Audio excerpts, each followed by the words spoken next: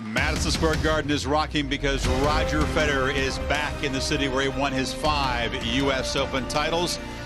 Take on shotmaker Grigor Dimitrov, the BNP Paribas Showdown. Let's meet both players right now. Ladies and gentlemen, let's meet the tennis stars for tonight's second showdown match.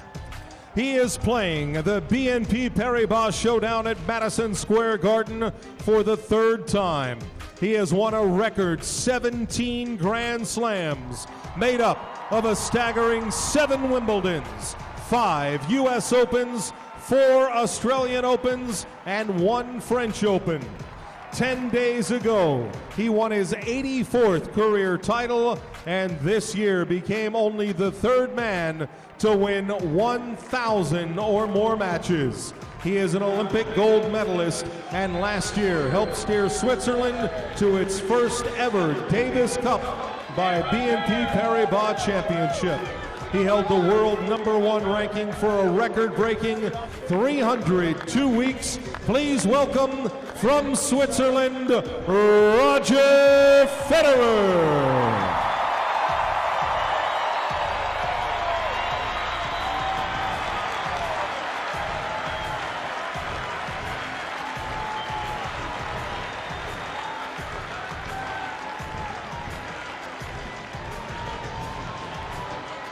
This player is without a doubt one of the most exciting young talents in world tennis. His right-handed game is handled with style.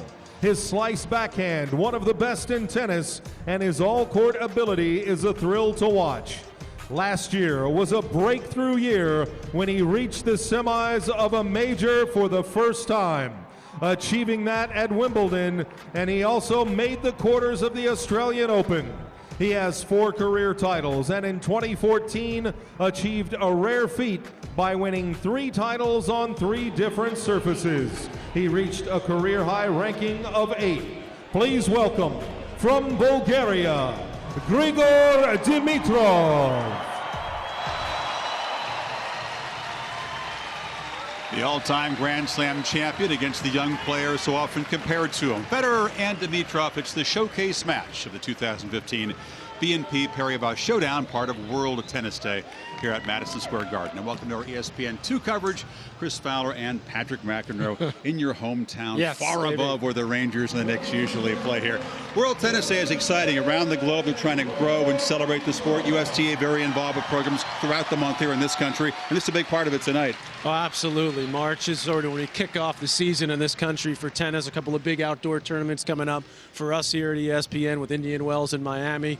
But this is the place where, you know, rock stars are made, and Roger Federer is still the biggest rock star in all of tennis. And for the really first time for Grigor Dimitrov, he gets to play with the big boy on the big stage here in New York. So it should be a lot of fun tonight. Grigor knows that he's not the main star here tonight, but he sounded determined yesterday because unlike Federer, who comes in here riding a wave of confidence, beating Djokovic in Dubai, Grigor played a terrible final set in Acapulco, and as these guys head to Indian Wells right after this match, he wants to put on a good show tonight, get his confidence back with the 2 Masters events coming up. Well, this is certainly the part of the season where I think Dimitrov can make some hay, because it's been a pretty disappointing start for the year for him, really for Federer as well, losing early at the Australian Open. But as you said, Chris, getting it back together quickly to win Dubai, beat Djokovic there. But this is, I think, an opportunity for Dimitrov, obviously, to show his stuff at the Garden against his idol in Roger Federer, but also maybe another step toward that progression toward becoming a top player. We've been waiting for it. He's knocking on the door right now. Can he break through this year?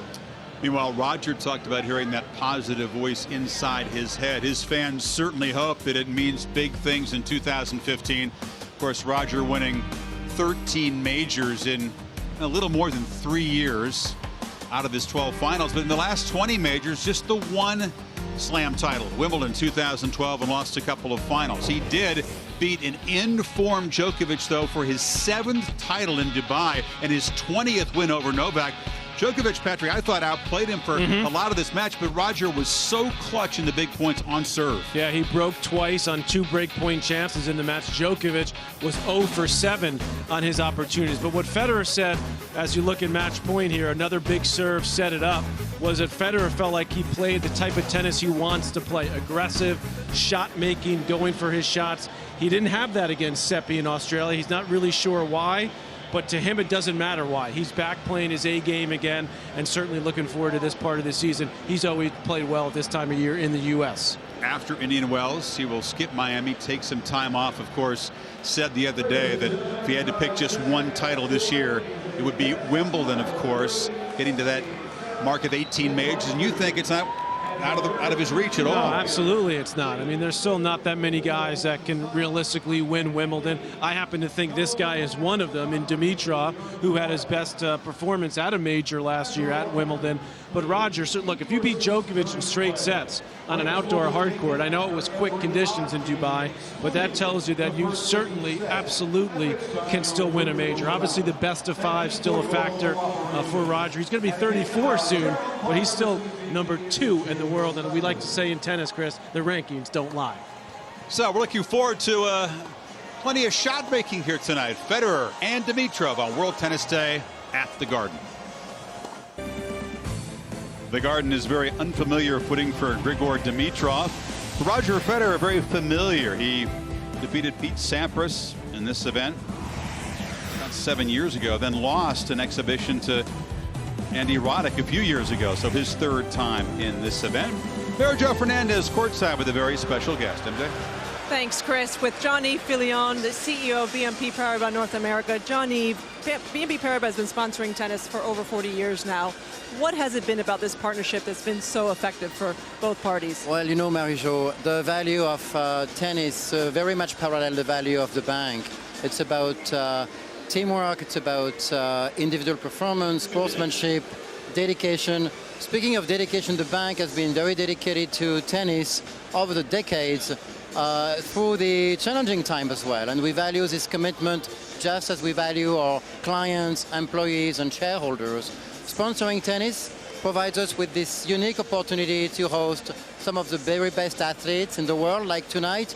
But, you know, beyond professional tournaments, the bank supports very much, you know, the tennis across all, you know, segments, including wheelchair tennis, including family clubs, where the core action every day takes place. And I would like to mention that, you know, tonight's event, it's only one of many tennis events the bank supports across the globe. We sponsor the Davis Cup, the Fed Cup, well, the French Open in Paris, and closer to home, we've been a long-time sponsor of the Bank of the West Classic, and obviously the BNP Paribas Open in Indian Wells, which started actually this week. Incredible. I mean, what a huge support for the sport of tennis. And talk a little bit about this event, how it's grown. What has that been like for you to see this event get to this stature? Well, it's been fantastic, and it's getting better and better every year. There is so much energy here. You know, it's just a privilege to be able to host such a wonderful event at the Garden.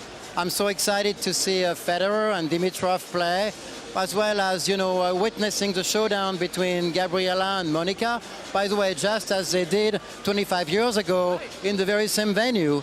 You know, for the bank, for us, for BNP Paribas, it's a wonderful opportunity to get together as a bank, as a global brand, and obviously with our clients, our lifeblood, but as importantly, with the fans here in New York and watching at home, watching from home, thanks to ESPN, by the way. Thank you. Well, it's a special night. Thank you for all your support and everything you do for tennis. Thank you for having us. It's always a pleasure. All right, thanks. Back up to you, Chris. All right, merci beaucoup, Johnny. And we're set to go. You tucked right down to first ball here. Why not? Made our jobs a lot easier, Chris. Yeah, we just sit back and chill out.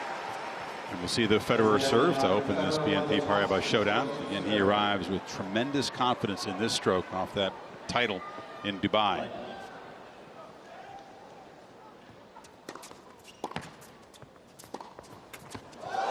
What's your sense of how this gritty indoor court will play tonight with these two guys? You know, I was watching, well, both of us were out there watching these guys warm up a couple hours ago, Chris, and, you know, it seems to me to be a pretty medium speed ball, not getting up too high. So I think both guys will be able to use that slice effectively.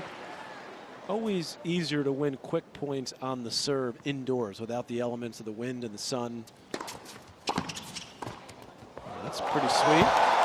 By the way, Federer went straight from Dubai out to California, settled the family out there. He's actually spent a couple of days out at our USGA training center out in Carson in Southern Cal, close to LA.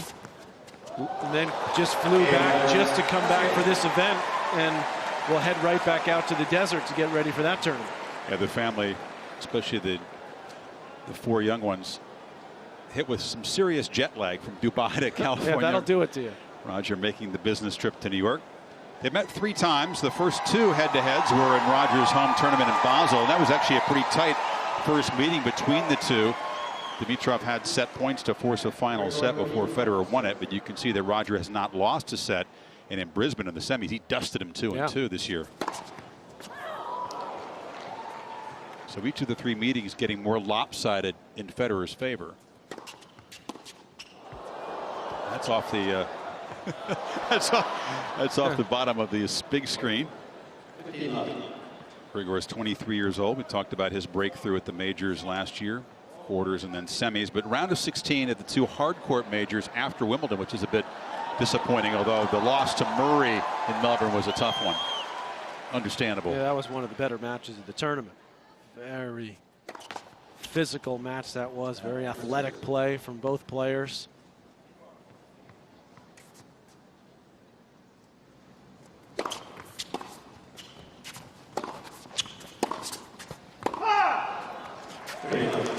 Talked to Grigor, Patrick, about coming here after the really embarrassing 6-love final set loss to Ryan Harrison. The American played some good tennis in Acapulco, but no way in 3 lifetimes should Dimitrov ever lose a 6-love set to Ryan Harrison on a hard court. And so it's been a tough couple of weeks. His coach, Roger Rashid, who's not here, was fired up about it and wanted Dimitrov to be disappointed and have, do some soul searching after that loss.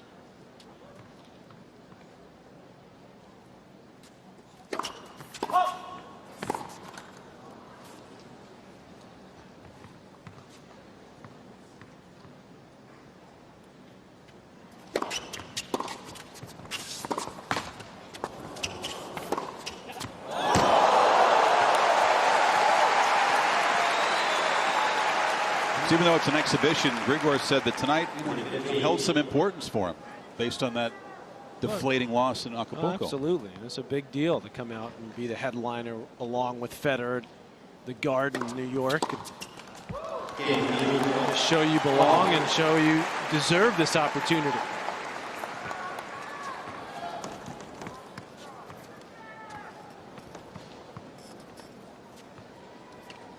You get a chance, Patrick, to visit with the players throughout this match. We'll hear from Roger right after this game.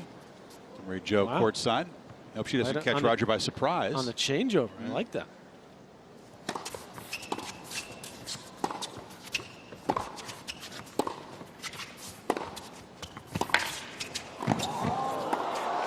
Now, that's some of the ability there of Dimitrov, to step in, take the ball early, and just absolutely knife a volley there.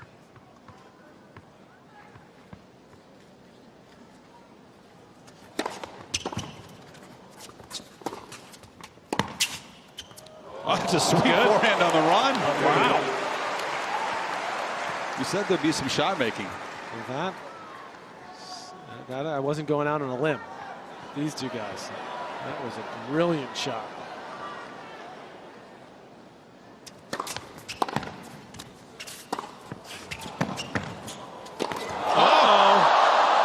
The Sampras-like leaping smash. We're going to go for a little showtime early. Takes this out of the air. Gives Dimitrov 3 great chances here. Gonna have to talk to Roger after he gets broken at love. Mary Jo better be ready.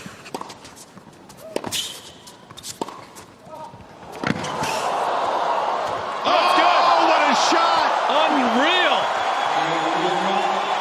On the run, Dimitrov flicks it in the corner to break Roger at love. This is special. Good luck, Mary Jo, in this interview right now with Roger. That was an unbelievable. Look at that shot. He was completely in the corner there. Let's see what Roger has to say about that game and that shot from his opponent. Mary Jo?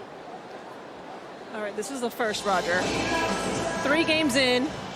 Grigor's first time in the Garden. He plays a game like that. What are your thoughts that being down early break? Yeah, bad moment to do an interview, I'd say. Yeah, he played the best return game. So it's just about staying calm and getting some returns back in play. We're still in the beginning stages where you're looking for rhythm, but it's hard because Grigor's playing well and hitting the ball hard, so we'll see now. Now, this is your 3rd time playing in Madison Square Garden. You started off playing one of your idols, Pete Sampras. Then you played your contemporary, Andy Roddick, and now the new generation in Grigor. What has it been like for you to go through all these generations? Oh, it's been amazing. You know, I really enjoyed every time I've come out here. I mean, Madison Square is a unique, Garden is a unique place to play, clearly. And then, you know, playing the future generation, and obviously Grigor is going to be part of the future generation for years to come, for the next, you know, 5 to 10 years. So it's nice showing him the Garden, I guess, that he's been invited and that tennis and the Garden believes in showcasing new talents. All right, good luck trying to get the break back. Yeah, exactly, thank you. Back to you, Chris. I like the wrinkle of talking to players and they sit that's down. fun. I don't think there's a good chance we're going to incorporate that in tour events. I'm not sure Wimbledon's going to go for that, but could try. Mary Jo talking about Rogers' 3 matches here. Pete Sampras, who had been retired about 5 years, served for that match. That's right. Set against Roger, and got a little tight, as you might understand, because, you know, he hadn't played it a while, and Roger was able to win that in a tiebreak, and then Roddick got him in straight sets the second time. There's that generation that referenced. Both these 3 young guys had some big results last year. Of course, Nishikori reaching the U.S. Open final. He's had the best start to this year. It's been terrific, 16-3. So far in the year. Again, a little bit of a slow start for Dimitrov this year. I think he's going to pick up his game. I have a feeling this time of year, these hard court events, and he plays well on clay as well.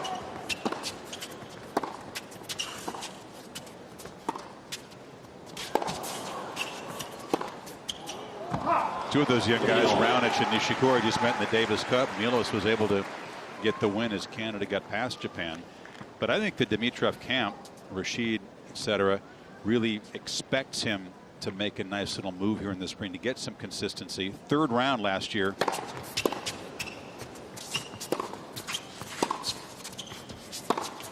At both Indian Wells and Miami, but what a shot there.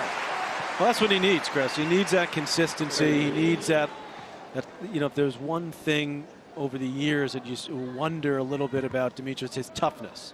Just how tough is he? You know, he's got the shots. He's obviously worked hard physically on his fitness. He's gotten stronger. His serve's gotten a bit bigger.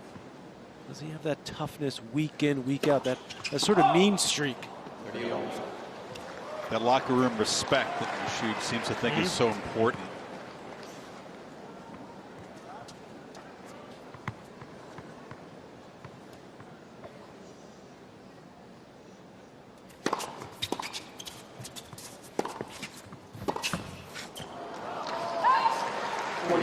That's the 1-2 punch that obviously over the years for Federer has been his bread and butter. The good quality first serve followed up by the aggressive forehand. Dimitrov has that ability as well.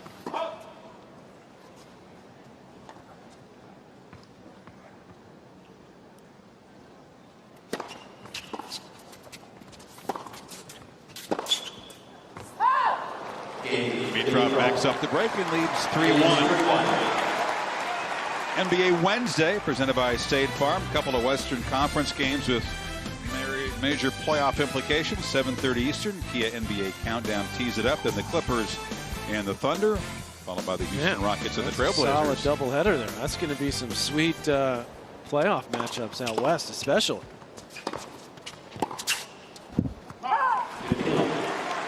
Unfortunately, the team that plays here at the Garden will not exactly be a factor.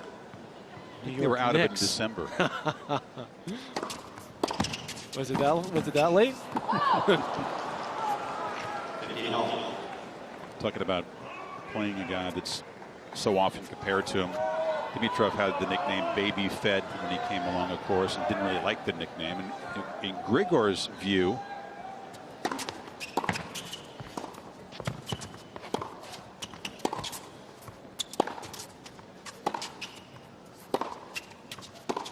another shank off the Jumbotron. He never really tried to copy Roger, he claims. Sampras was his idol. He says he took things from different guys. People who watched him come along as a junior might dispute that.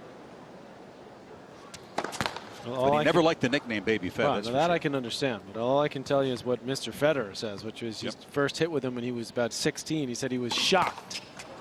He's shocked at the moment that he's about to go down a double break potentially. They're shocked at how eerily similar he looked.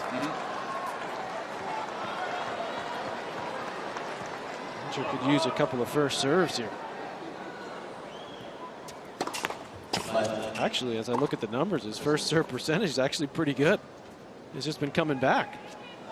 83%.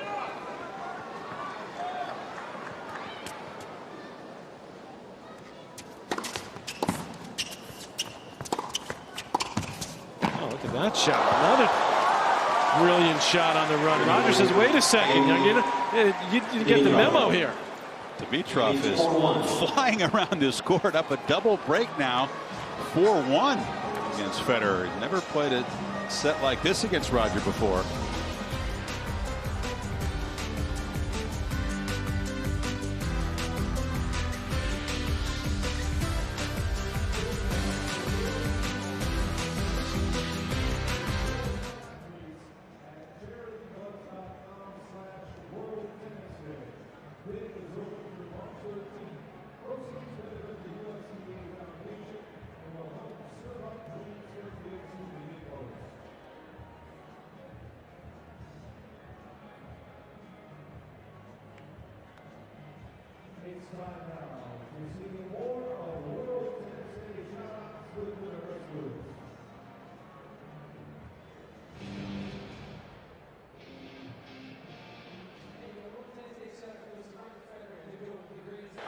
Grigor Dimitrov, far less experienced player in these exhibitions, and the guy who'd never been in the Garden before, off to a very fast start, up 2 breaks on Federer.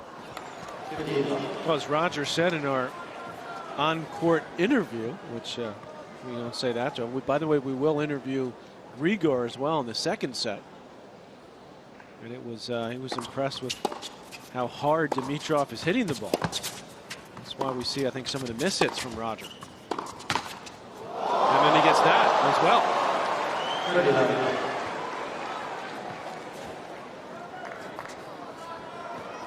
It's always interesting to see. Look, it's like, sorry. I mean, Roger's like, listen, you keep this up, yeah, I'm not going to be playing too many more exos with you.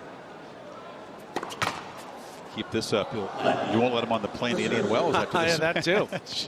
Are they flying right out tonight? Yes. Okay.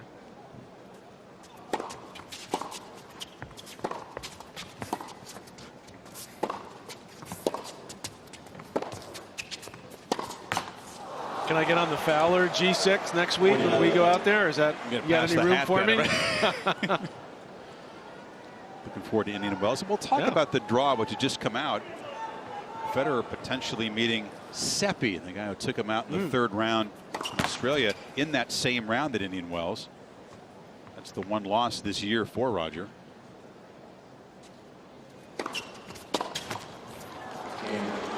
Wow, Dimitrov up 5-1 after 15 minutes here at Madison Square Garden.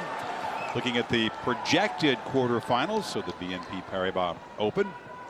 Djokovic and Ferrer in that quarter. Murray and Nishikori. Rafa has a pretty good draw. Doesn't face big servers until potentially Raonic in the quarters.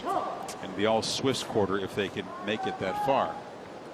I was interested by the All-American matchup there.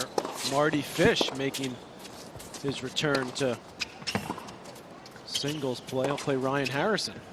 Interesting. Yeah.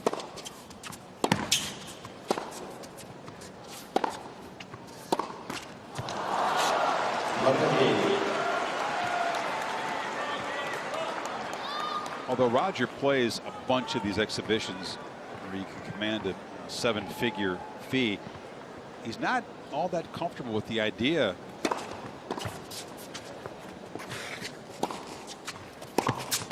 of playing a match where it's not, you know, full-on competitive tension, needing to win to stay in a tournament. Even for him, he says it still feels a little funny. It's a different sort of feel to it, where you obviously you want to play to win, and the guys do, but you're not looking to get a 6-1, 6-1 score line, which is looking like what we might have in this first set.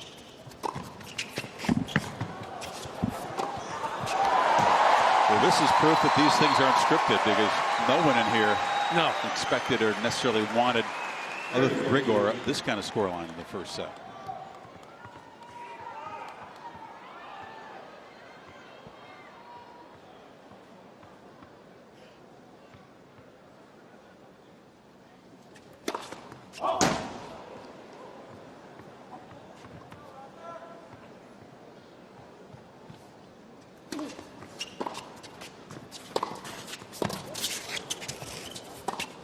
That's nicely done there. Not quite as easy as Federer makes it look, as that ball stays pretty low on this indoor court, but he gets up to it quickly. Brings that ball up and down. An unbelievable acceleration in that hand, that wrist.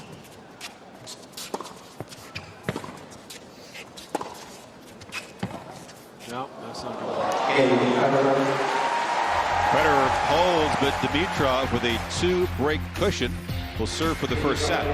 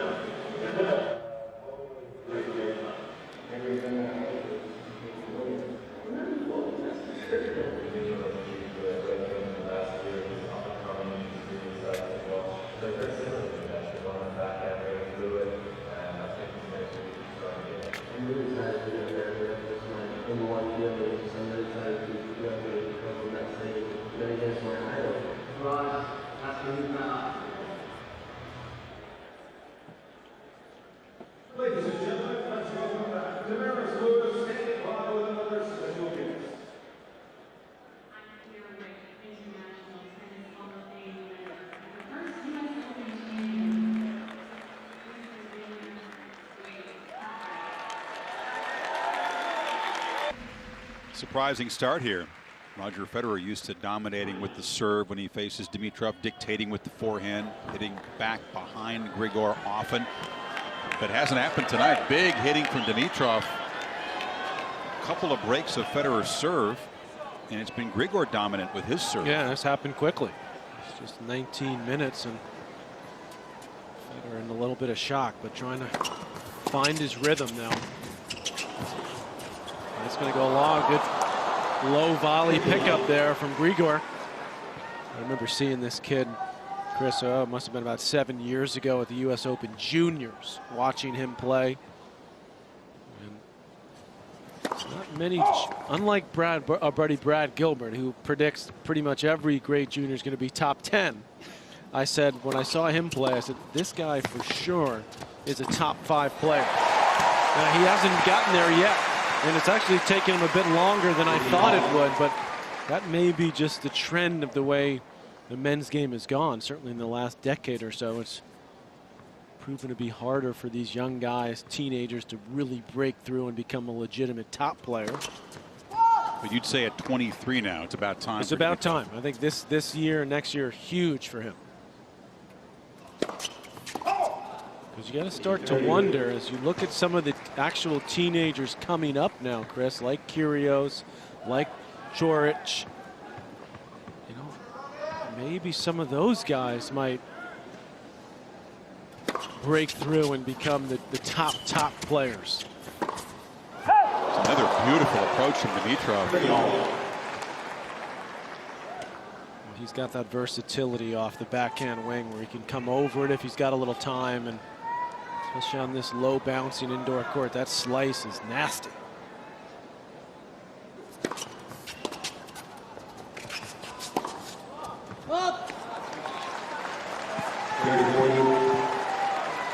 Gives Federer his first break point of the set.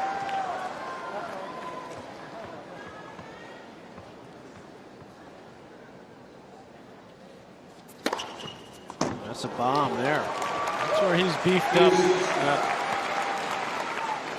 delivery. And some cheap points. I think Roger Rashid certainly got that into his head that, hey, you're a tall guy, 6'3". Bring some gas. Off speeder there, fooled Federer. It's way out in front of that. Dimitrov, after 22 minutes, has a set point.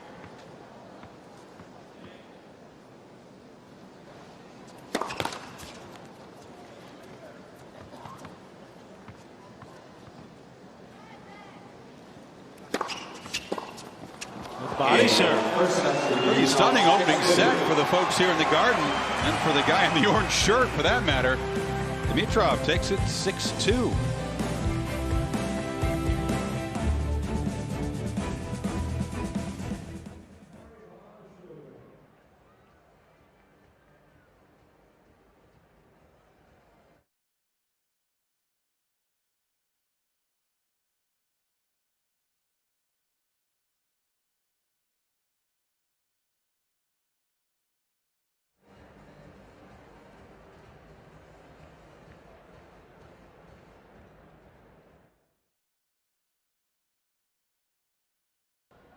Will this be the year that he can crash the door? You talked about the early stages of his career, Patrick, when he did arrive with so much potential, but this guy really struggled in majors. He's played 18 majors. In 10 of them, he lost in the first or the second round. In 12 of the first 13, he got sent out early. You go 10 majors in a row without getting to the third round, you begin to wonder when it's going to happen. But last year, the breakthrough quarters in Melbourne and the semis at Wimbledon.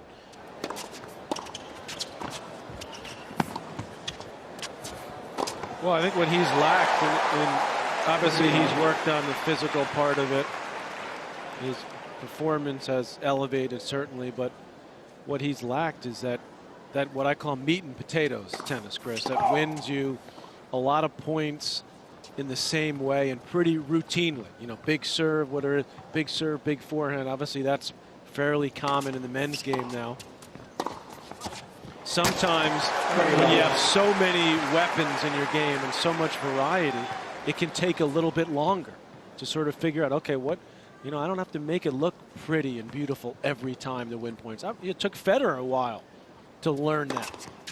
When Federer first came on in his teens and even in his early 20s, he actually played a more aggressive attacking style. And then he realized, wait a second, I got to reach back. I'm a great mover. I'm great from the backcourt. Grigor wants a challenge. He won't be allowed to do that. He thought he could challenge the serve call.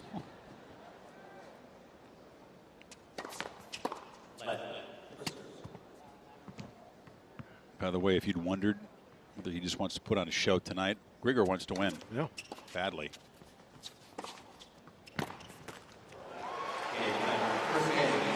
Federer holds to open the second set. For them to get back out there, neither of them had played much for the last couple of years, they said. And when they got the call, they went to the practice courts, and great to see him out there tonight here. Crowd really appreciated it. Yeah, Gabby's going to be 45 this spring and an avid cyclist and swimmer, so she's in tremendous shape. But 5 years since she picked up a racket. That's amazing. She actually served really well. Yeah. The serve late in her career, his fans will remember, was sometimes a problem. Serve has not been a problem for Dimitrov so far.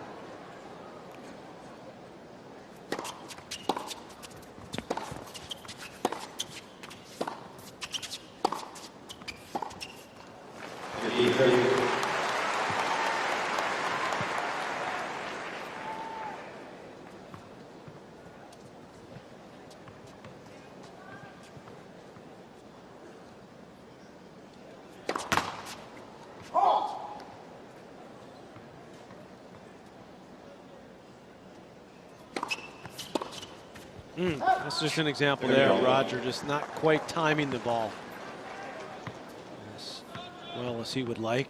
Sort of out again, sort of out in front of that return.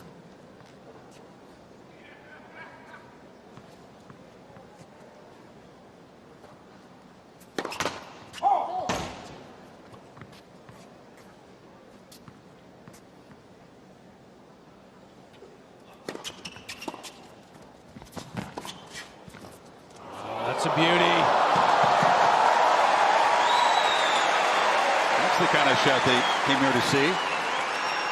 Beautiful chip approach here. It landed just on the line. Dimitrov actually did pretty well to dip it down low, but Roger had the answer. Chance for Federer to get a quick break here in the second.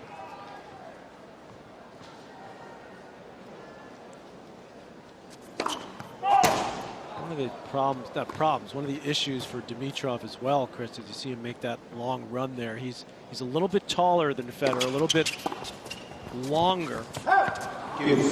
And I think in some ways he's not quite as compact as Federer is off his ground strokes. And I think that's another reason that has taken him a little bit longer. Bigger swings, his timing can go off maybe a little bit easier. Shots like that, that's a high-risk shot there. And it shouldn't be. It should be a relatively safe, cross-court, get some good height over the net. Another break point.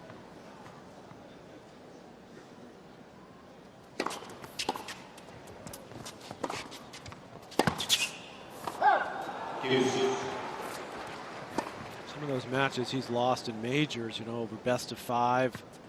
His timing, his rhythm, I'm talking about Dimitrov, can go off, and it's hard for him to get it back. That's something you learn with matches and as you tighten up your game. So somewhat streaky play and also a lack of fitness contributing to some of those losses in the majors. Early on. Not trusting his legs. Right. That's changing. And that causes you to make poor decisions.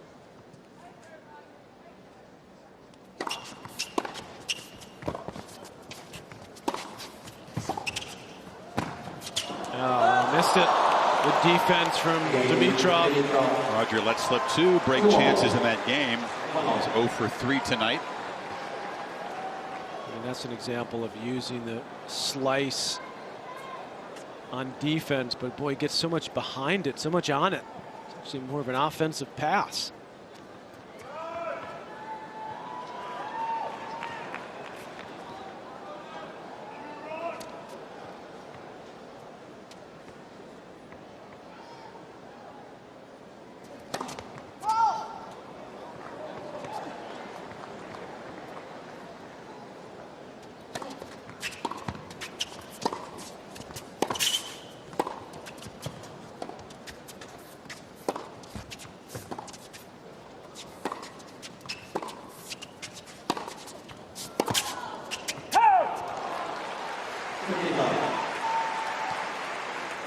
One of the tough things about trying to make a breakthrough against a Federer, Nadal, 2 all-time greats, and a dominant guy like Djokovic is not having too much respect for them when you take the court.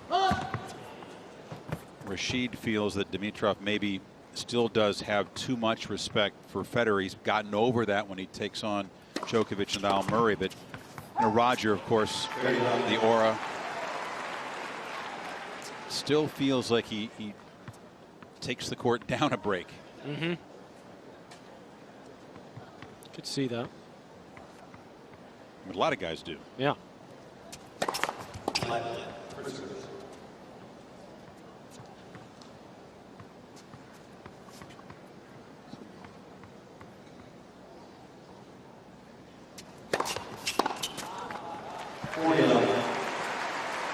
Visited with Roger 3 games into the opening set. Mary Jo will zip out there and have a word with Grigor after this game.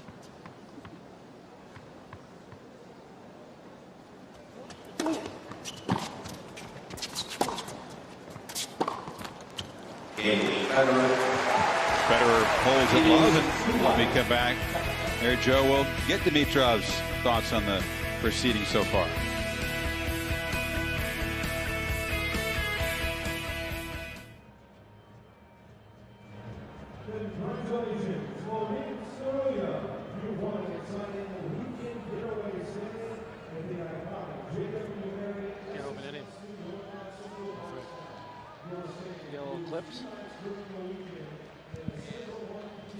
Strong start for the underdog, but let's get Dimitrov's thoughts so far with Mary Jo. Grigor, terrific start. First set playing so well. You broke Roger twice. What has been the key against Roger tonight? Well, I was definitely making more returns. I'm making more returns. I'm making him play. And I take the initiative of each point. So I mean, that helps a lot. Regardless, it doesn't matter if it's Roger or whoever on the other side. But you know, overall, it's been a great experience for me so far, and I'm so happy to be out here. Talk a little bit about being at the Garden for the very first time. Your parents are here. How special is it? Yeah, the whole crew is here. In a way, my parents are. I'm really happy that they're out here so they can see that live. And I always have good memories out here in New York. I won the juniors and had a couple of good results at the US Open. And now to be part of that venue means just a lot to me. Okay, now finishing up the second set, what will be important for you to stay ahead of Roger? Well, I need to try to stay a little focused in the same time, but you know, it's just got to do what I do right so far. So if I keep doing that, we'll be good. All right, well, you're looking great. Good luck. Thanks, appreciate that. Thanks. Chris? Of course, this doesn't count as an official match, but Grigor doesn't have a win, Patrick, against the top 10 player since beating Murray at Wimbledon. He lost 7 in a row. So again, off the massive deflating third set, 6-love against Harrison in Acapulco, with Indian Wells Miami coming up. Certainly you can gain some confidence playing this well. Absolutely. To play like in this big a stage, to play well is going to help him. There's no question about it. And I think that it's going to turn around pretty quickly. And again, as streaky as he has been on the negative, he can also get hot quickly. And I think he gets the confidence going. Look out. Look out in the front row. Is that shank? You always got to be ready out there.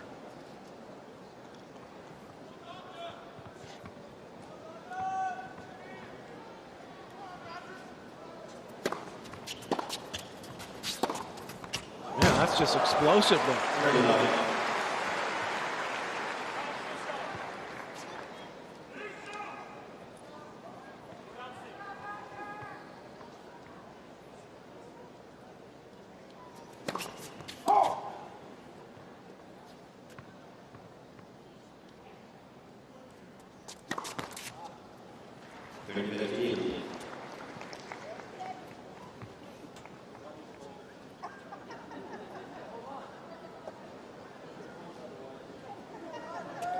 Hunter's having a conversation with some of the folks. Of course, that's part of the fun in an exhibition.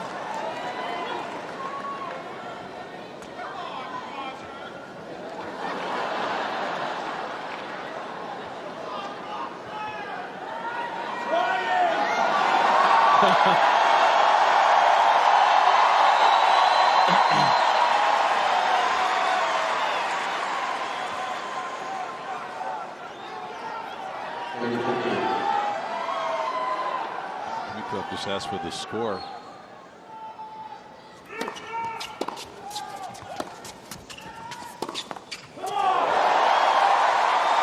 Come on from Federer and a fist bump as he tries to bring the crowd in even more.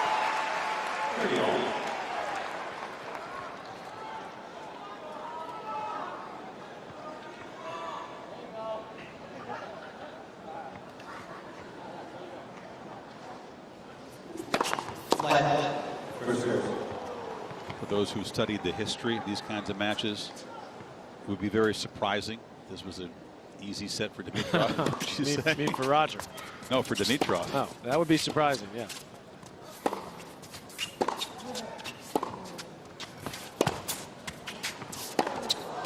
Missed it.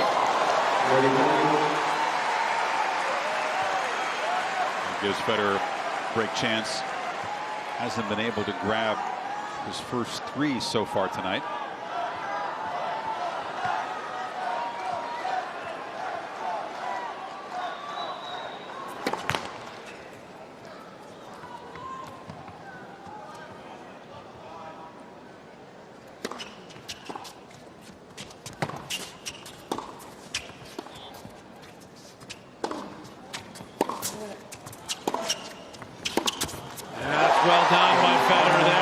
Dimitrov was on the run right from that chip return, wasn't he? But not only did he hit that chip return low, but what really worked there, Chris, is hit it short. And then that allowed him to get on top of the point right away. Now he's got a little breathing room here. First break of the night.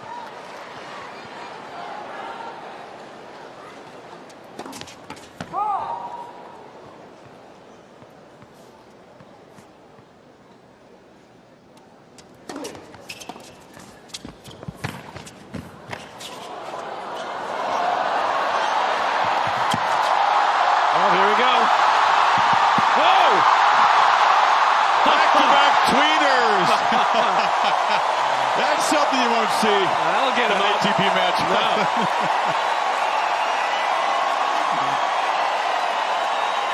A little bit of speed there, and a lot of speed here.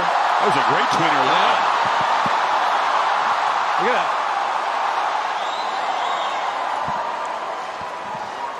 Look at that. Crowd cheering the replay almost as loudly as the point.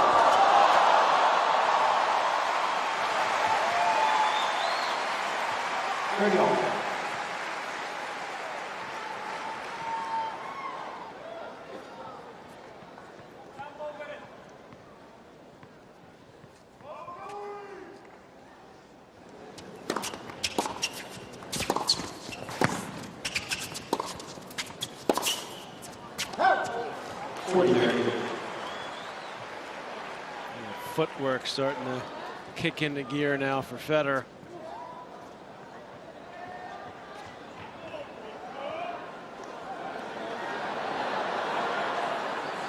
Looking at the mark. Just a bit long. No, it's just out.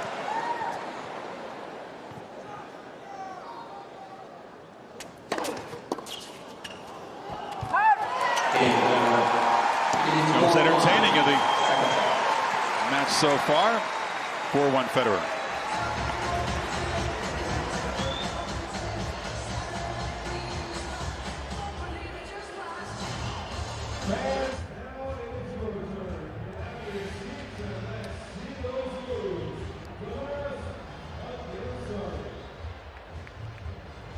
Federer down a set, but up a break here in the second. Back to Mary Jo with a couple special guests.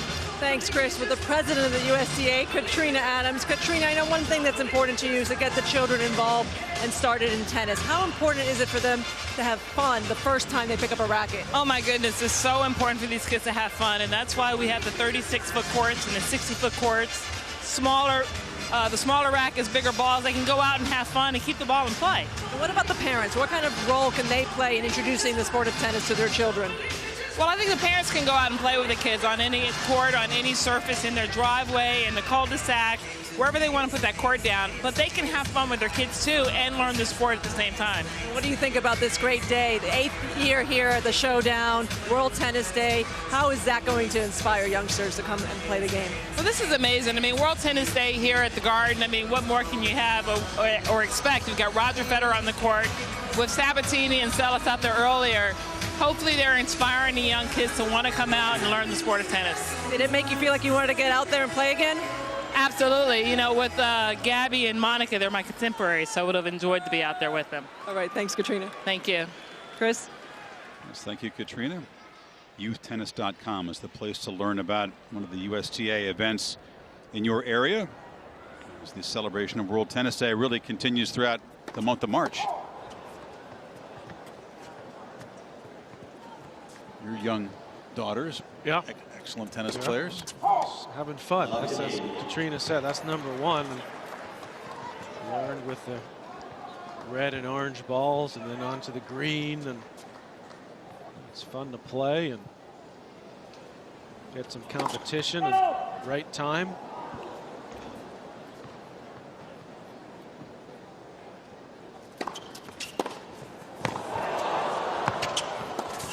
Ah, beautiful return.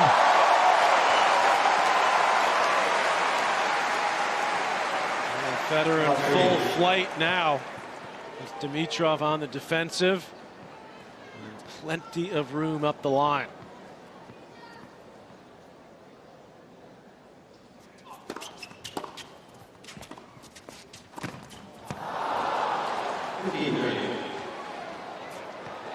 Roger showing some soccer skills. He was certainly disappointed earlier today. His soccer team, FC Basel, is in the Champions League. Dusted today by Porto, so they're knocked out of the competition. Aggregate score. He's into it, very into it. Well, he was a great, very good soccer player as a kid.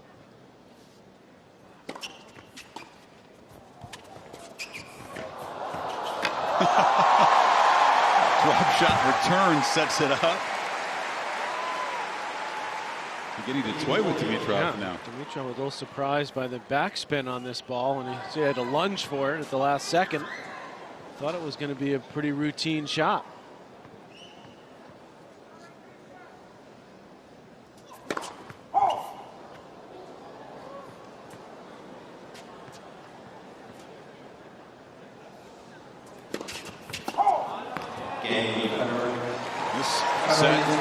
Apparently will be even more lopsided than the first, as Federer will now serve for it.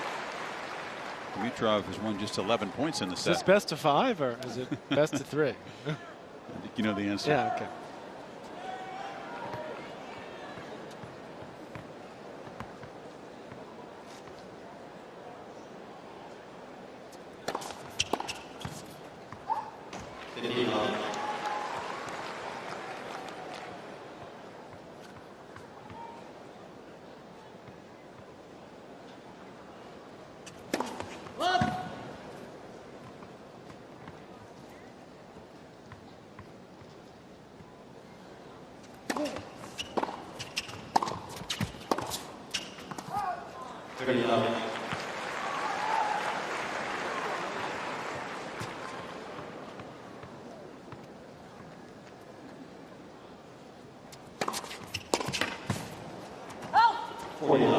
Clearly a different vibe than a regular match, but this is a taste of what you're talking about. As Dimitrov's play has gone way down in this set.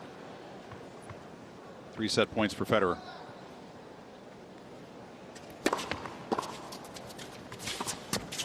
Oh.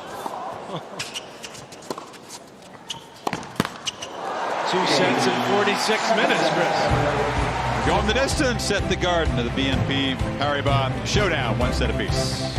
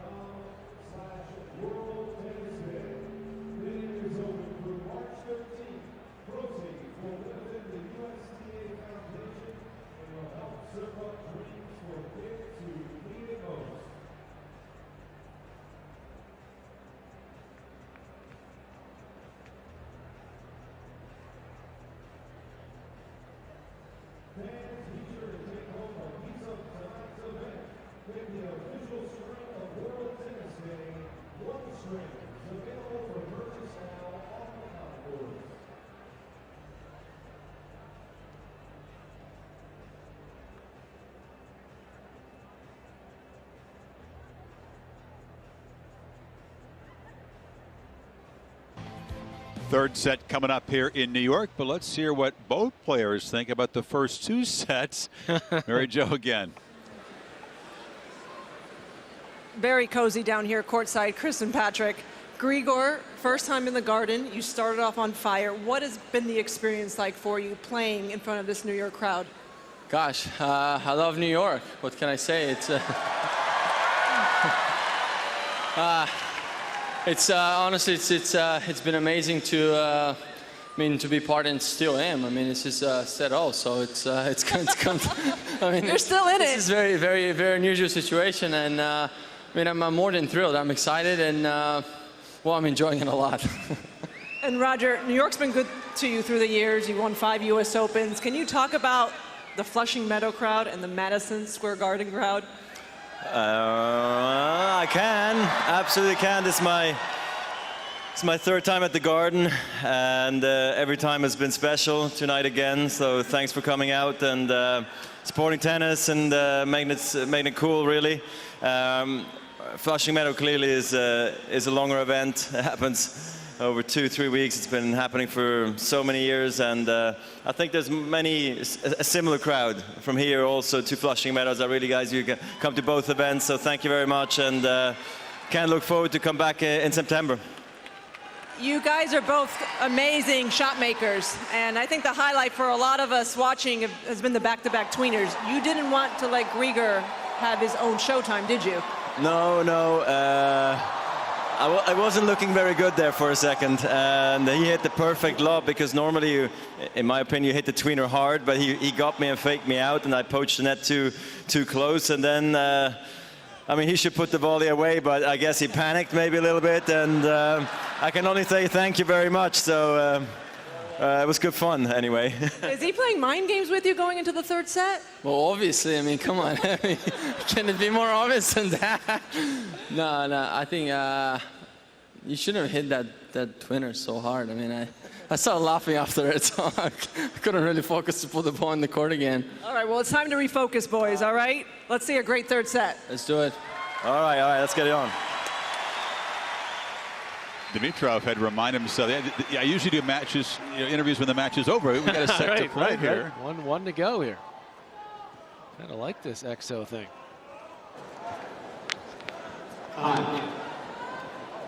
Dimitrov will serve to begin this final set. Try to get back to the tennis he was playing in the 1st set. Right, so the warm-up sets are over. So now we can, we could both go. Let's all go full out here. 1 set.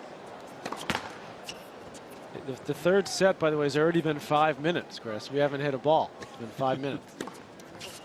We have Mary Jo to thank for that.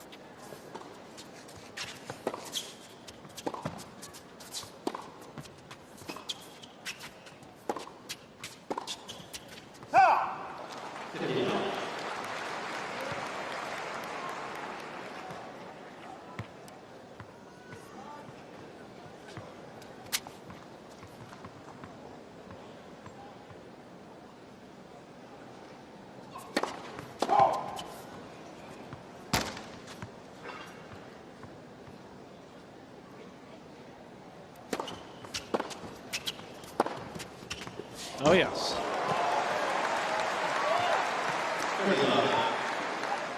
Would you agree that, like Federer to some degree, Dimitrov has so many shots that sometimes choosing the right one has been a problem for him? Absolutely. No doubt.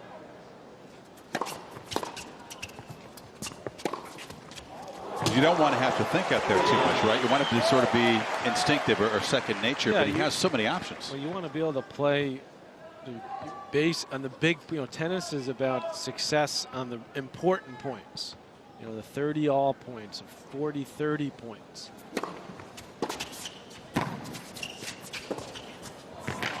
serving at 15-30. What's the shot you want to hit on that point? And the great players find a way of hitting their best shots when they really need it.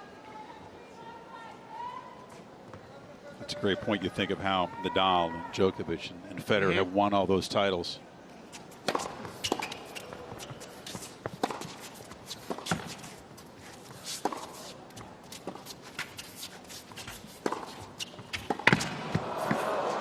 The clarity and the simplicity makes it easier in those big moments. It does. That's one of the reasons for Nadal's success, particularly against Federer over their career. Well, championship week continues Wednesday here on ESPN2. Second round coverage of the ACC tournament. The New York Life bringing you coverage beginning at 7 o'clock Eastern. Doubleheader continues at 9. Part of championship week presented by Dick's Sporting Goods. Virginia positioned as the #1 seed in the NCAA tournament. Kentucky, Virginia, who else? We got Arizona potentially. What about the Zags? Yeah. They sneak a #1. Did get support.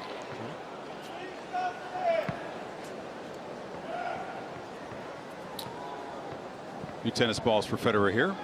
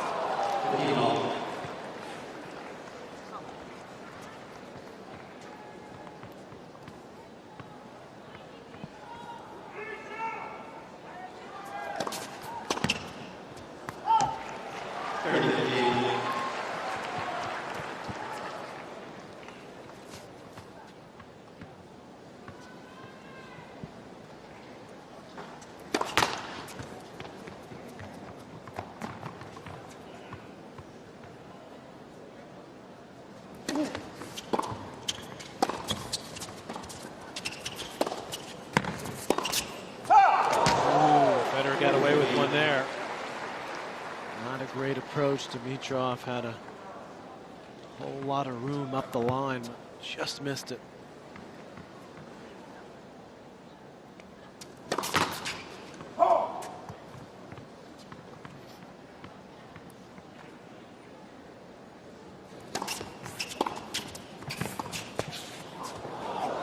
Good. Oh.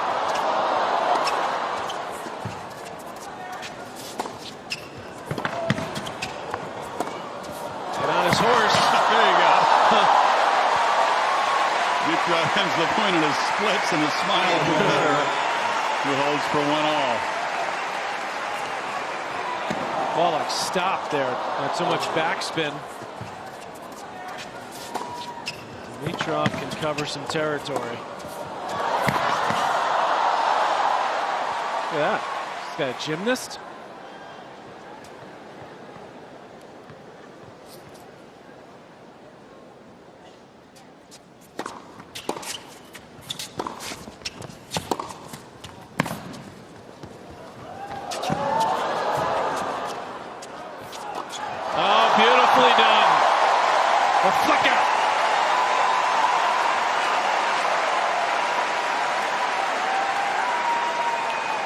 Federer shows that he can cover some ground as well. And Guillermo Vilas would be proud of that one.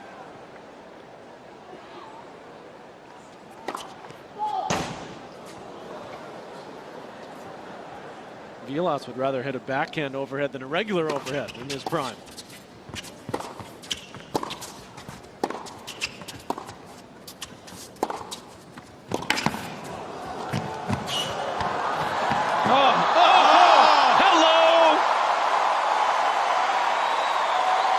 Says, let me hear you. Yeah.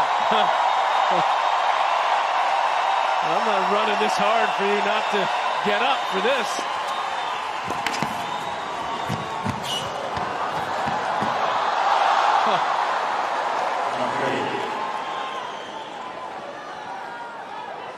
He waited to the last minute, didn't decoy him at the cross court. Yeah. Uh-oh, look out. Both guys have missed the leading smash tonight. Dimitrov now finds himself in a low 40 hole.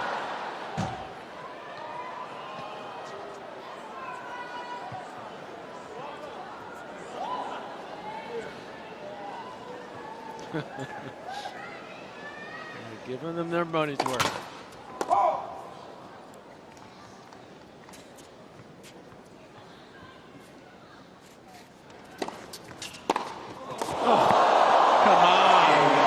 Bigger cut at a forehand return than that. Put that game in the highlight reel.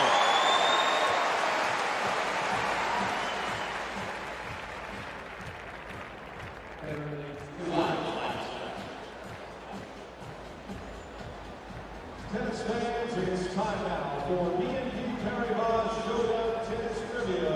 Let's go down to Damaris Lewis, who is with tonight.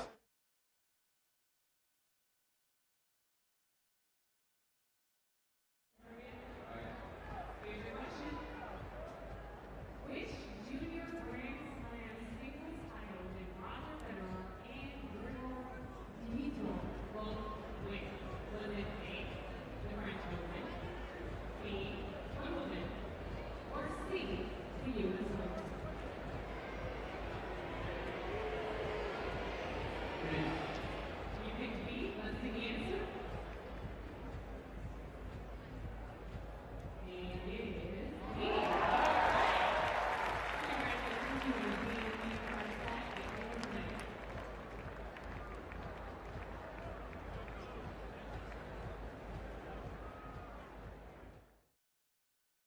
Roger could have just one tennis wish for 2015, it would be to win an 8th Wimbledon title. 2014, no majors, 3 titles. Did help Switzerland to its first ever Davis Cup triumph, which is something he had not done and was a big moment in his career. 2 titles already this year, but the one disappointing 3rd round loss at the first major of the year to Seppi. He would head to Roland Garros, in your view, as the 3rd choice? At Roland Garros? Yeah. I'm not sure I'd put him that high at this point on clay. But obviously, for many years, he was number 2, and solidly number 2. He'd be a distant 3rd on clay, if that. There's a lot of guys I could pick him off on, I believe, the red clay. Obviously, on grass, it's a whole different story.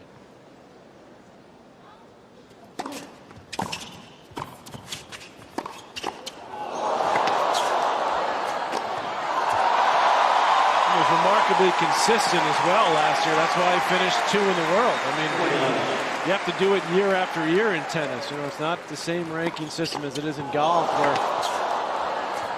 where you do it over a couple of years. You got to do it every year.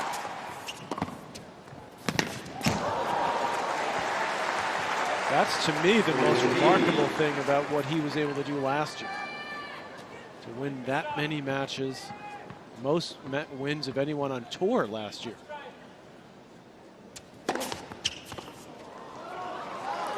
Grigor would love the challenge. Convinced the serve was long. He says some of the fans called it out. So does that count? I said, okay, give him a second, sorry. Roger says what?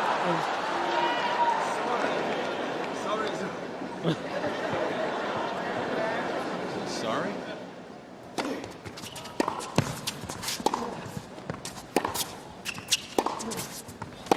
Huge forehand there.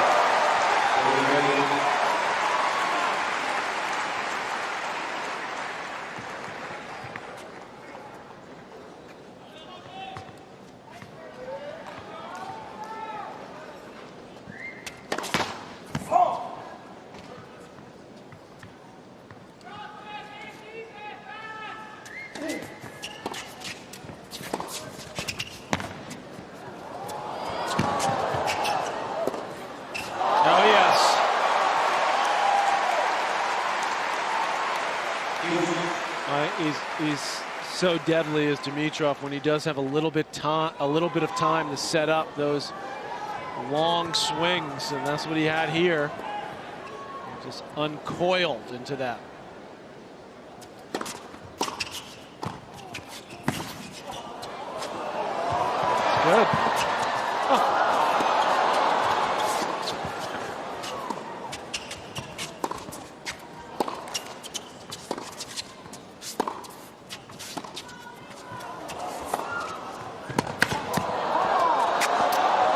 Good. Oh.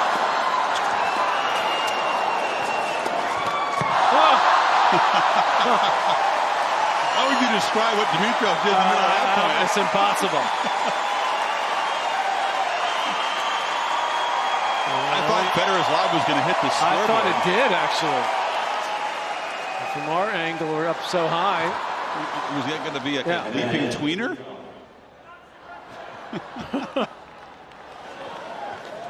Well, remember it was 40-15, and there was that little kind of a gift on the call. Yeah. Now it's break point.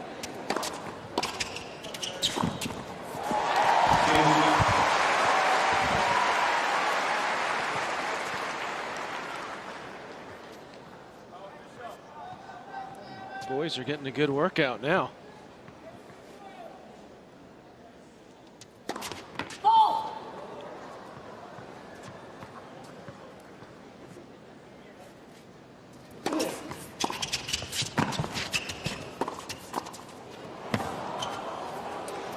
That's a terrific volley there from Federer.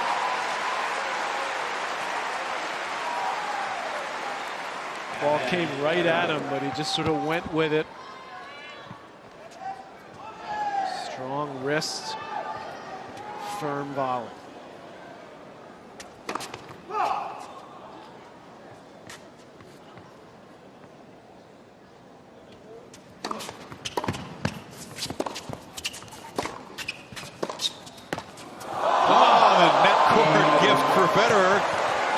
justice that he wins that game, because it was 40-15, and Grigor kind of coaxed a fault call out of him. Roger says, I'll take it. What a year he had last year. 73-12. 5 titles, 6 other finals. Or is that 6-time finalists include the Wimbledon final that he lost? Yeah.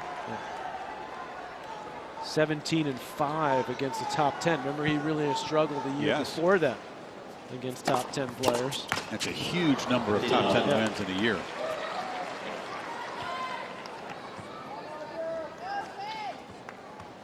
For him, it was, you know, it was okay. He didn't win a major, so. Obviously, as you said earlier, Chris, winning the Davis Cup was one of his lifetime goals, and he got that done.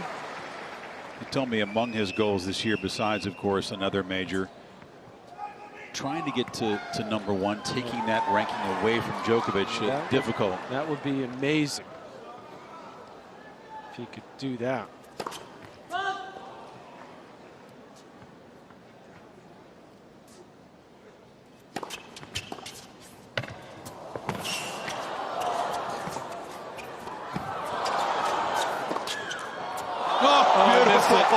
Grigor, there's no Grigor's call calling out when Roger's laughing. Jay Snyder's in the chair. Grigor making a plea for an overrule. Roger's just in hysterics, laughing back there.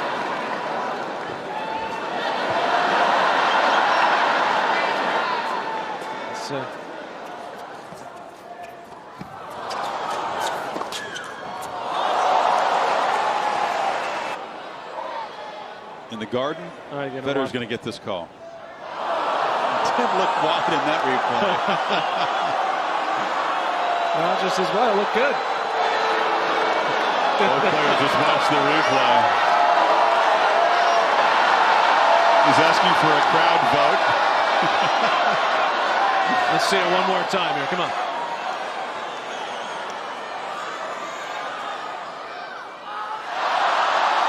Grigor says, I rest my case. Oh, come on, I might have caught.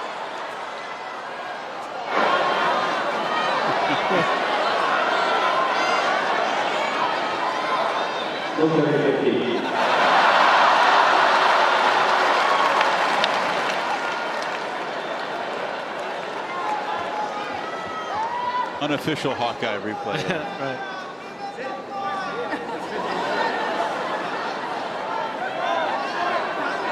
Roger wants Snyder to explain actually what the score is. Yeah. He's called it 30-15. Well, it was 30 love, right?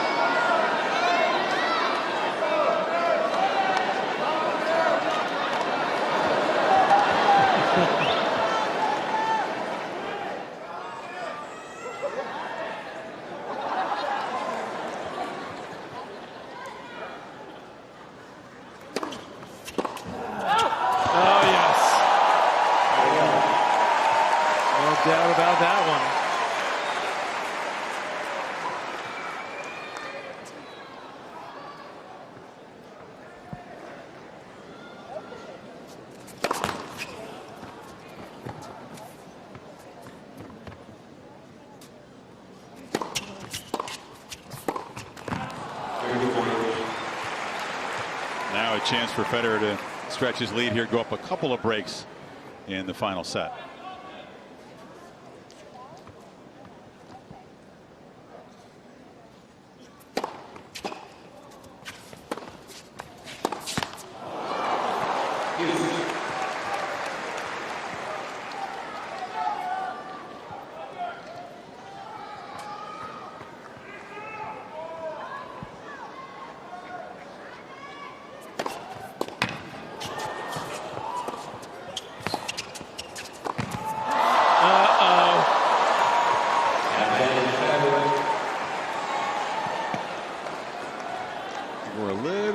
Getting up to that one.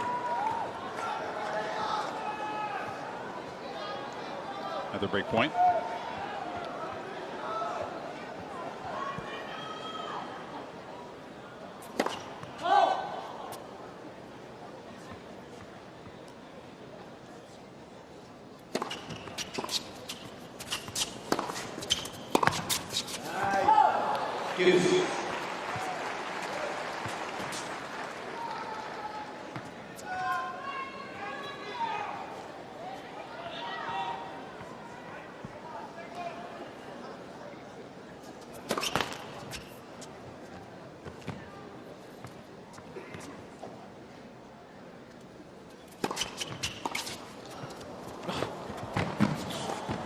Oh, yeah. That's an interesting play from Federer tonight. It's actually fairly effective because the ball stays so low on this court. Kind of a drop shot return. Yeah, absolutely. Exactly what it is.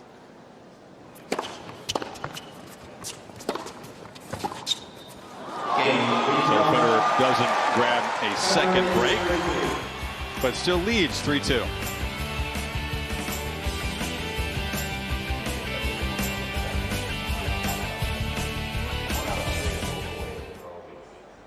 Your help can improve those odds. With grants and scholarships, USTA Foundation supports a national network of programs that bring tennis and education together. A powerful combination that helps under-resourced youth live healthy, productive lives. Help us serve other people. Donate today. Please visit USDAFoundation.com. We know you have to love this part of the tennis calendar. Back-to-back Masters 1000 events on American hard courts. Our coverage of the BNP Paribas Open in Indian Wells begins Thursday, March 19th. We saw Serena Williams in the promo, and that, of course, is the major story on the women's side at Indian Wells. Back for the first time since 2001. Projected to meet the lefty Makarova in the quarterfinals is Serena. Halep and Radwanska in that half of the draw. Bouchard, Wozniacki. Sharapova could meet Azarenka in the third round at Indian Wells. All right, Azarenka with a new coach. Vika back seated, but just seated 32nd. Yes, Sasha, the former hitting partner of Serena, working with her now. A lot of changes in the coaching camps for some top women. Mentioned earlier that Federer could face Seppi, the man who stunned him at the Australian Open in the third round. Indian Wells. Someone wants to challenge you. Hold on. Someone wants to challenge you. We got a challenge here for Roger. Grigor will pass the baton here to a young guy here. Looks like he's ready to go. Oh, look at this. Wow. Got the Nadal forehand. Roger's freaked out. And he hit the pass. Yeah. Oh. Lobs him. He got it. It's a ringer. A 3-foot-tall ringer. Look at this. Whatever he does in his life on a court, he lobbed over Federer's head for a winner. Clean winner. Here it goes.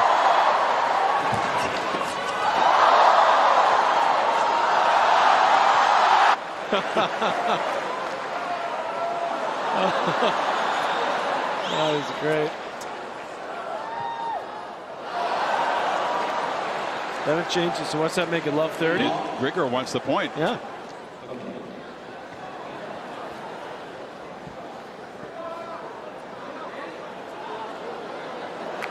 And giving the point to Federer there. Jason Roger said just missed.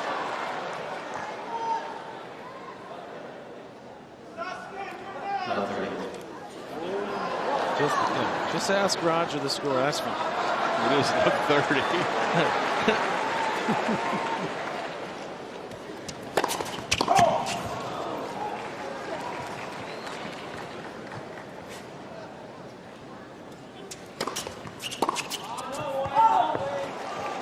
To get that young guy's name.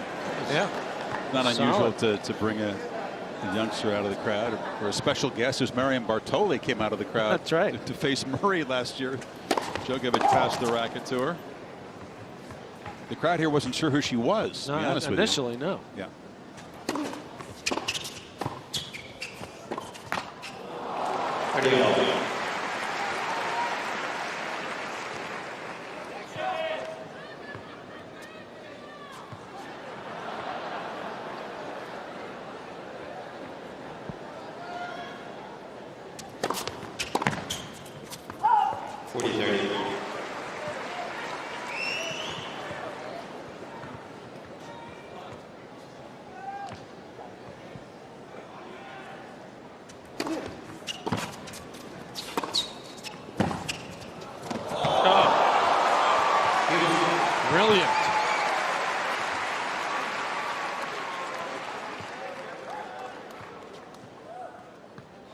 Ship stays low. Federer goes back behind him, but it just take one big step and at full stretch, come up with that.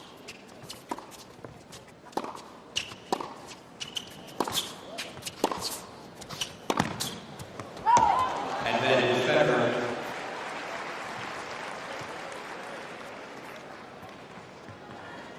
Good thing for Dimitrov going forward is he's got his head right in terms of the racket. For a couple of tournaments, Rotterdam and Acapulco, he went away from this Wilson racket. They've now done a new deal, and so that's an important piece to be in place. Yeah, that's a huge piece. They do not use identical frames. They're pretty close Wilson frames, but the thickness of the frame is a little different. The string pattern's different. But both, of course, made that move to a larger frame. Grigor had one of the smaller frames on the tour for a long time.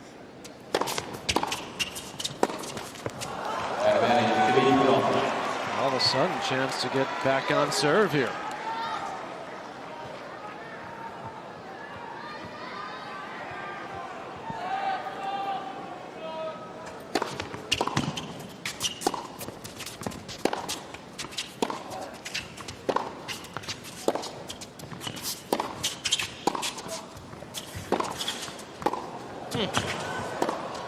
That's too good.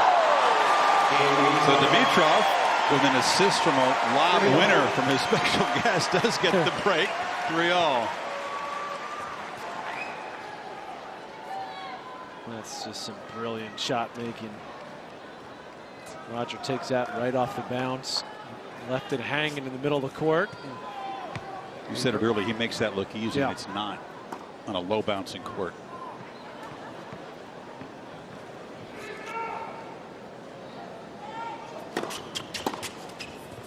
So many keys to hitting that shot well, Chris. Number one is seeing the ball, reacting to it so you move up to the ball early, and then obviously timing it, getting under the ball. The earlier you can make contact, obviously the higher the ball will be.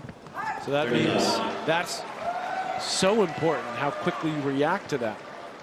And then, of course, executing the shot. And there's so many things, little things that have to go just right.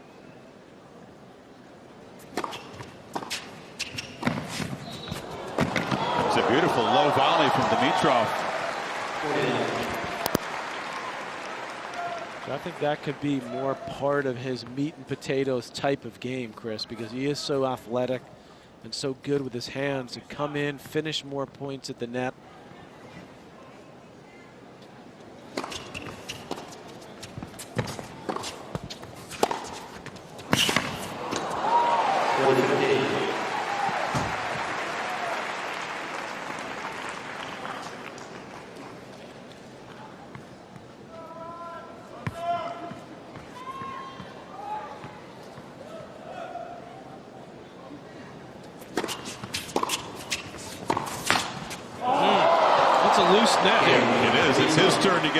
Lucky let cord. And it's Dimitrov forging in front on serve, final set in New York.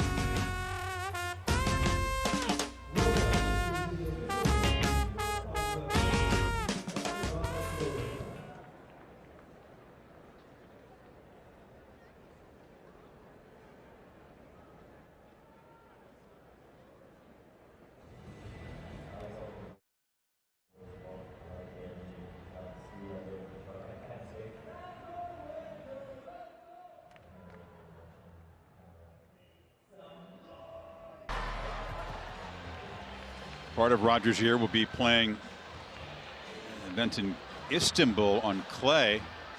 They're showing fans kissing the love cam. Roger's getting the kick. I think he's blushing. You can't watch.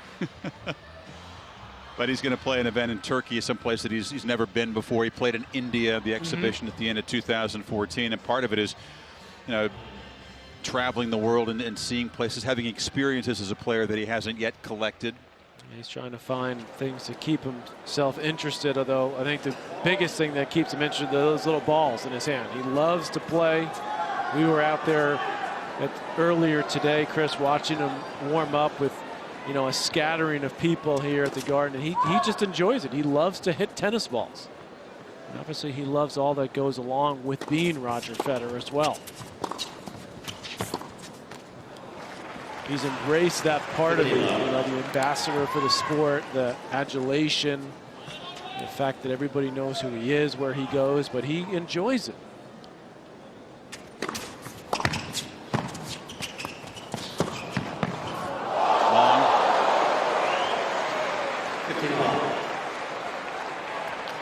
Never had to take an injection to kill pain or anti-inflammatory injection in his career, which is certainly something he's happy about. A big reason why he's been able to be so successful, staying healthy. Yeah, his off-court training regimen is they're all out, Roger said.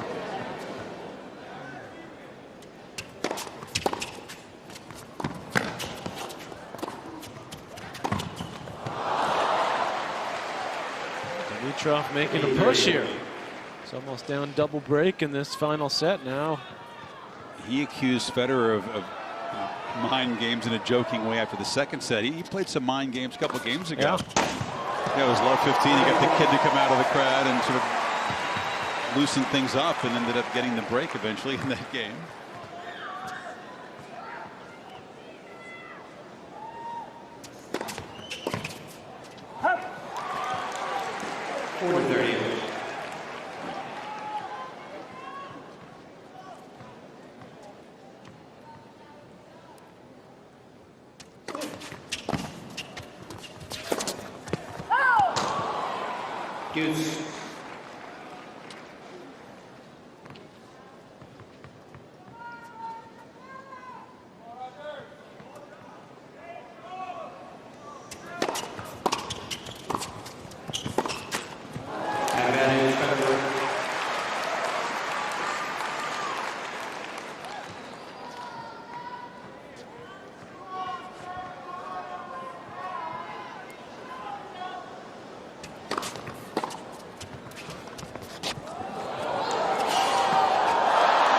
The dreaded R word with Roger yesterday, retirement. His response was interesting.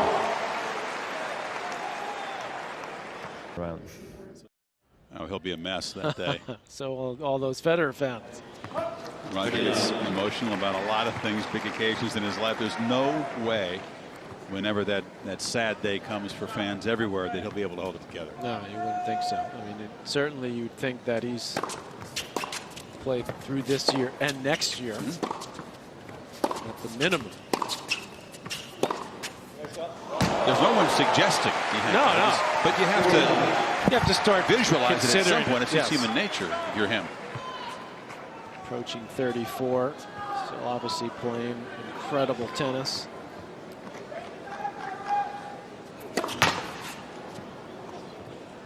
Left serve. Never been a more popular player in the sport globally. No.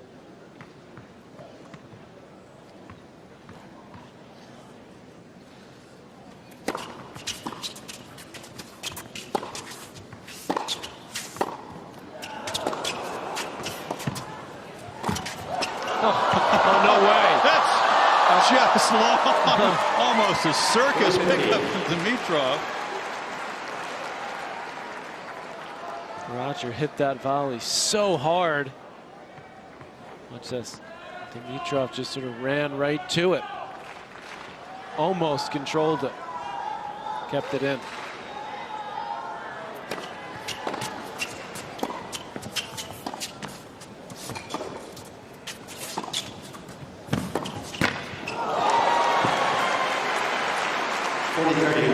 Federer climbing back in this game now.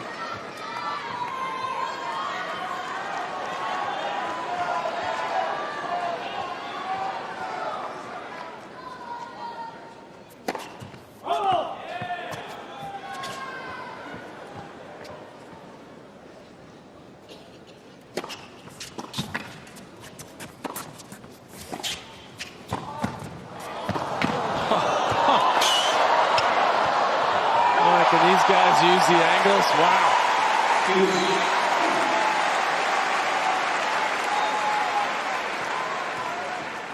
40 love back to deuce. Yeah.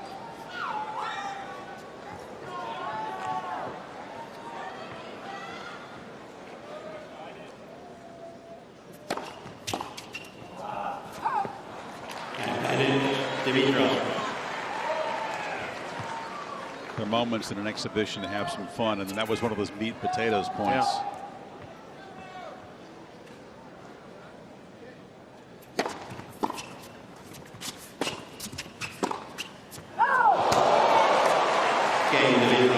Dimitrov exhaled after that point, is able to hold, and a must hold for Federer coming up.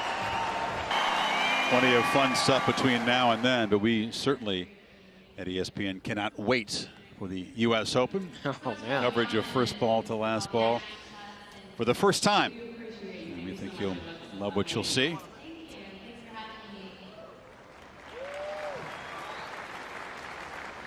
Dimitrov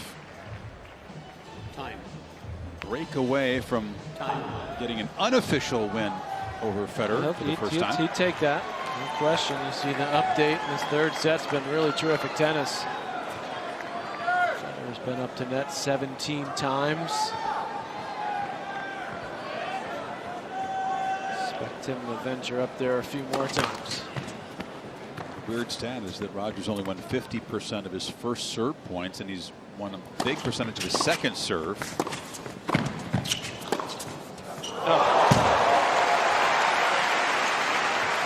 Player is so good now. They just take the ball so early and time it beautifully. Oh,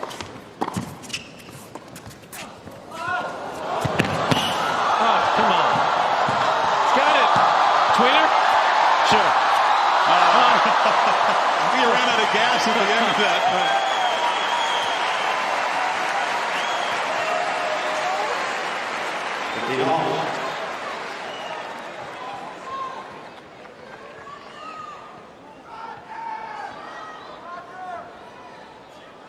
These guys have done a fair amount of sprinting. They for sure have.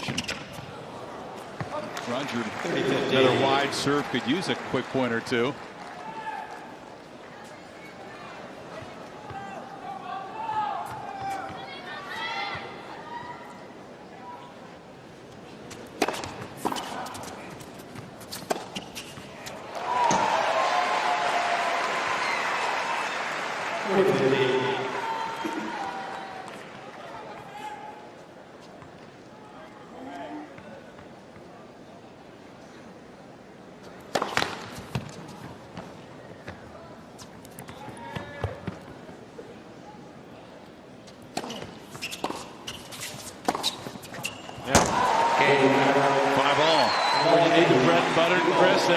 Serving to stay in the match. Well-placed serves and knock off the forehand winner. Well, 7 years ago, Roger in his prime, and Pete Sampras, about 5 years into his retirement, played a final set tiebreak on this court, won by Roger after Pete had served for that match. Could be headed for a third set breaker here. Dimitrov serving here with new balls. That ball just skipped right off the line.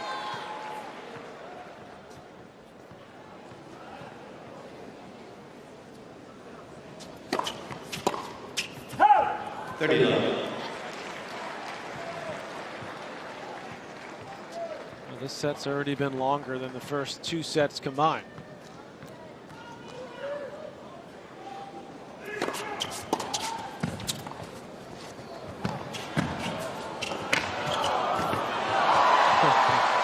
If you include Mary Jo's pre-set interview. If you include that, it's not quite there.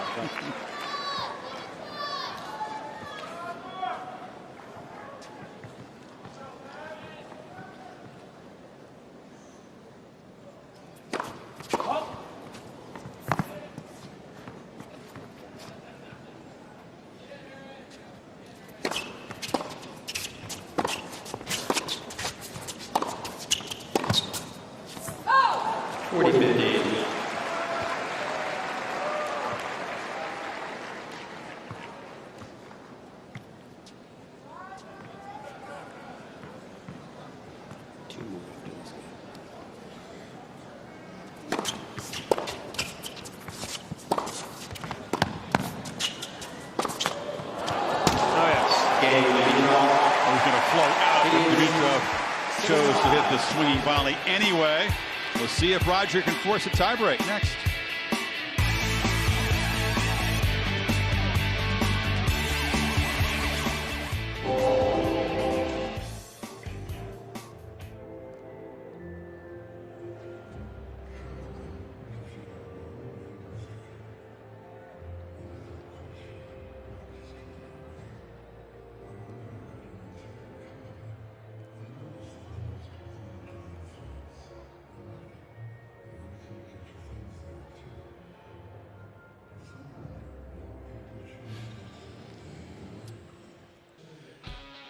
It's our BNP Paribas shots plural of the day. The back-to-back tweeners, some of the fun we've seen tonight from these two guys. Roger really had to get on his horse for this one. And a little gift there from Grigor at the end. Roger's like, okay, he's giving me this one. I got to make this happen here. It was a great lob, and then Dimitrov claims he was so shocked that that came back so quickly that he panicked.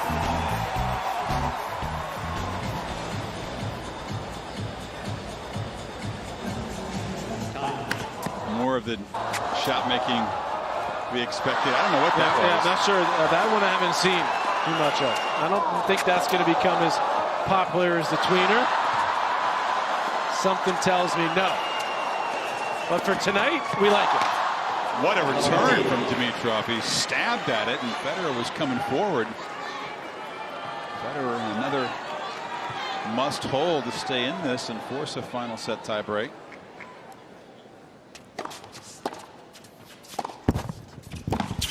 Grigor's going all out now. Wow. You launched that one.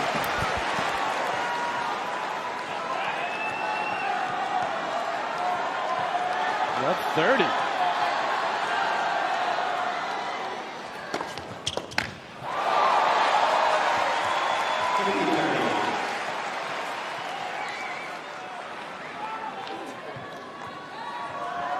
See Roger get very serious all of a sudden? Yeah.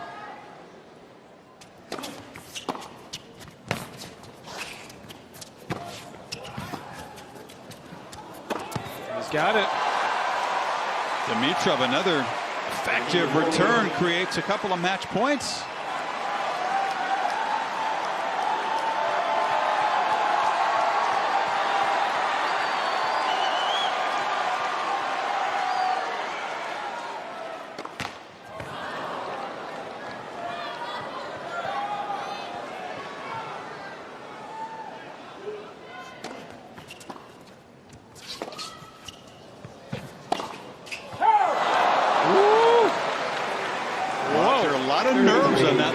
He framed it.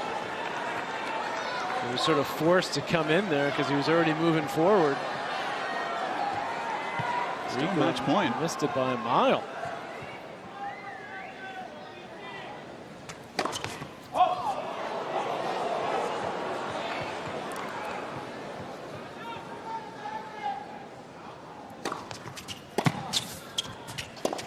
Oh, that's it.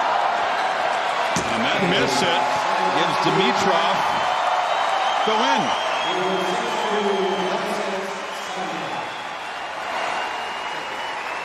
Not official, of course, but the first time that he's walked off the court, the winner against Federer. Plenty of smiles, some really entertaining shot making, and a very good show tonight here at the Garden. Absolutely, and Dimitrov will be real happy with obviously the win, but just the way he performed out here and gave the crowd plenty to enjoy in this one. And of course, Roger, well, he's the master. Yeah, the final verdict is not that enjoyable. The crowd definitely well behind Roger, but Grigor needing, he said, a good performance heading to Indian Wells, gets it tonight. And Mary Jo will visit with both the players. Dimitrov takes it 7-5 in the third. Very entertaining third set from both of you. Roger, it seemed like the secret weapon kind of affected your concentration there when Grigor brought out that young boy. That was the turnaround. Really, actually thinking back now, it's true. He made the difference, because maybe it would go 15-all, it'd be a different story. But he came up with the lob, and And that was it. And it was in, and the rest is history. Kind of sneaky by you, I think, Grigor. We didn't know you had that in you. Very sneaky, right? I didn't know that either. It was amazing, yeah. I mean, it's just been a great experience overall. Honestly, it's been a tremendous to play in front of you guys. Thank you so much. And let's not forget, you know, it was just an unbelievable honor, and it was absolute fun to play against Roger tonight. And now looking ahead, North America Series, Indian Wells, Miami. How much does a match like this get you ready for those? And it's a match. I mean, you got to be ready, so you have to go through all the routines, you know, warm up, stretchings, and all that kind of stuff to keep your body going. And now, yeah, one of the biggest tournaments is around the corner. I mean, I think we both are really excited to get out there and play our best tennis. So I think that's the next step. And Roger, finally, New York, third time in the Garden. You could tell you guys were having so much fun. What does it mean to you to play these kind of events? Honestly, I love them a lot. I've played in many places around the world, and it's an absolute privilege playing in an arena like this in front of people like you guys. So it really keeps me going, really, to have this honor to come out and play. Thanks, Grigor, for playing against me. Thanks for beating me today. I got some work to do this coming days, but I'm looking forward to the year, and it's been a wonderful experience yet again, so I hope I can come back one day. All right, well, that was wonderful. Everybody really enjoyed it. Best of luck next week. Thank you, guys. Good luck. Thank you. Thanks, guys. Thank you. Chris? Mary Jo both acknowledged the turning point in this final set was when young Harrison Lerner came off the bench and hit this beautiful lob winner over Federer's head and just inside the baseline. He mesmerized Roger with that shot. Look at him. And it did it. Harrison gave Dimitrov a love 30 lead in the game. Eventually he got the break. Can he get a percentage of his fee for tonight? Maybe we have to work on that. Buy a couple ice cream sandwiches. We enjoyed this tonight, and now it's off to the desert in Indian Wells in our coverage for week 2, which should be a whole lot of fun. Yeah, looking forward to that out in the desert, and then we'll continue on to Miami.